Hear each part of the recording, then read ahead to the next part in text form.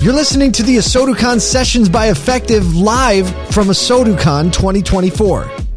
All right, this is Elena Ciccotelli for the very last time, and I'm here on the ASOTU CON podcast stage in collaboration with Effective TV, and I have here the legendary Matthew Haiken, dealer principal and president at Prestige Collection Auto Group. Matthew, how are you this afternoon? I'm doing great. Thank you so much for having me. Thank you for being here. Thank you for lending your expertise and your real world knowledge. I'm ready for some EV knowledge to be dropped on us. Amazing. I'm ready. Amazing. So walk us through a little bit more about your story and your automotive retail journey, the Cliff Notes version, if you would. I'm going to spin it. Let's do it. That's a long story. Okay. But I'm going to tell you my EV journey. I love it. Let's do that. Yes. So I'm a Polestar dealer. Yes. Which is an amazing Swedish EV brand. Yes. And they were born out of the same company as Volvo cars. So they wanted to enter the market here in the US. Yep. And they only wanted a select few spaces. So they went out to the entire network of Volvo dealers, and we all applied and went through a lot of competition to get chosen. And I was lucky to get chosen for a space in Short Hills, New Jersey, which is at the mall at Short Hills. We're right outside New York City. And we've been there for 3 years.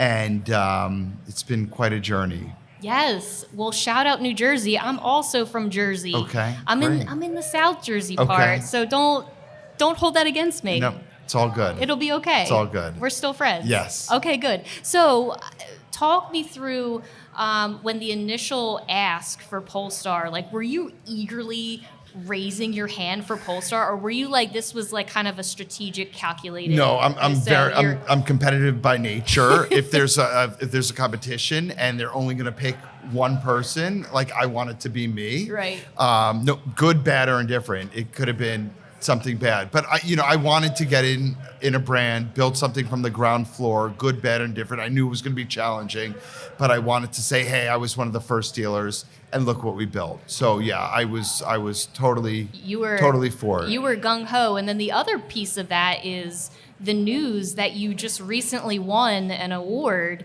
for Volvo. Wasn't it the 2024 Volvo Hyatt Excellence Award for being excellent? Well, congratulations. Round of applause for Matthew. Thank you. For winning that award.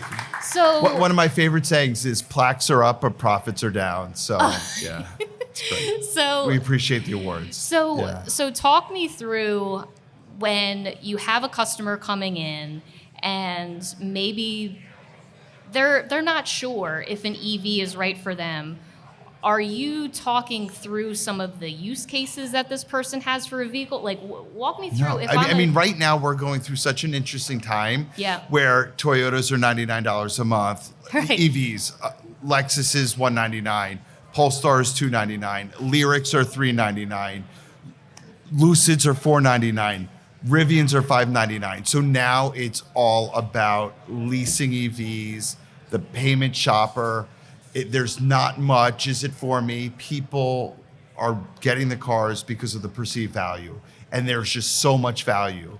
As a dealer, we need to take it and run with it because I don't know how sustainable it is for the long term. And you'll hear dealers that are skeptics that say, how sustainable is. Who cares? EVs are on sale. I'm going to sell them. I've got them. And at a value proposition, anyone will consider an EV. Yeah. And so, and I love that point because it's like, if the payment is right, then yeah, we can figure this out. So are you seeing any customers coming in and be like, yeah, but I don't have level 2 at my house, or yeah, but are you running into any of that? Sometimes, but they figure it out. I mean, I think the biggest challenge is people that live in maybe a multifamily home and they rent a room and there's just physically no charging. Right. But if they're vertically living, if they live in an apartment, if they live in a condo, if they live in a home, then it's definitely doable. Then it's doable. Yeah, it's definitely doable. For the right payment, they will they'll take it. They'll- They'll figure it out. So- They'll stop on the way to DC from New York and grab a coffee. For the right payment, then they will figure it out. 100%. So let's dive into of what you're seeing. Not so much on the affordability side, but let's maybe talk more on the fixed ops side. If we can switch gears a little bit here. Anything different? Anything that kind of comes to mind that's maybe surprising that you weren't expecting? I think the manufacturers have, they've kind of scared the network saying EVs need less service. There's less profit opportunities for EVs. We need to think differently. But at the end of the day, things break. People get into accidents. And as dealers, we're pretty resilient and we find a way.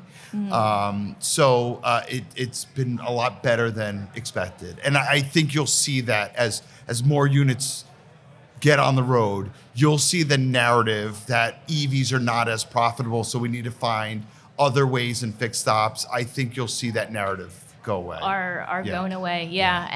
And so again, I'm going to reference one of the interviews that I did earlier today, and it was with Ed Roberts from Bozard Ford Lincoln, and we were talking about butts and seats, right? So is that your experience in getting people to experience the car?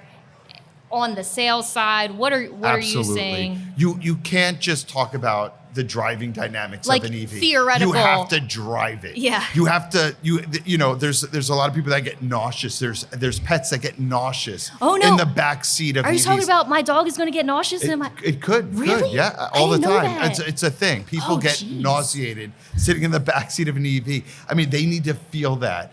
But like the instant torque, the one pedal driving, the driving dynamics.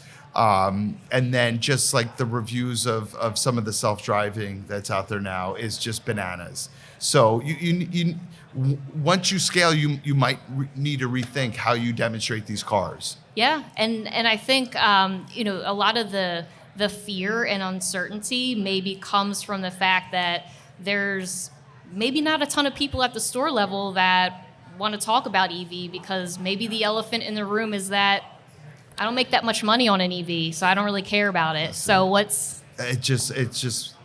crazy. It's crazy because why is it crazy? It's a normalized market right now. So the money you make is the money you make. Every car, you're making the same money. It's a car. Go sell it. Go tell the customer, make a friend, bring me a deal. I hear it all the time. It's insane.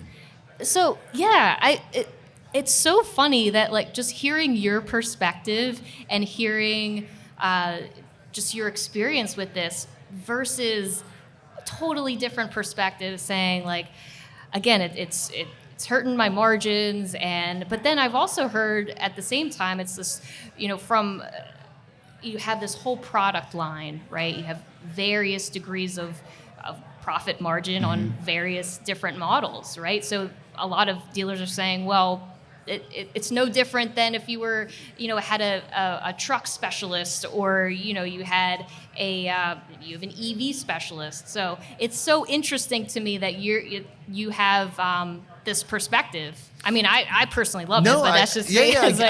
But I don't think it's all our fault. I think the manufacturers created this narrative that EVs are different, and we're gonna use it as a crutch to upgrade your facility or upgrade your charging network and change your margin structure.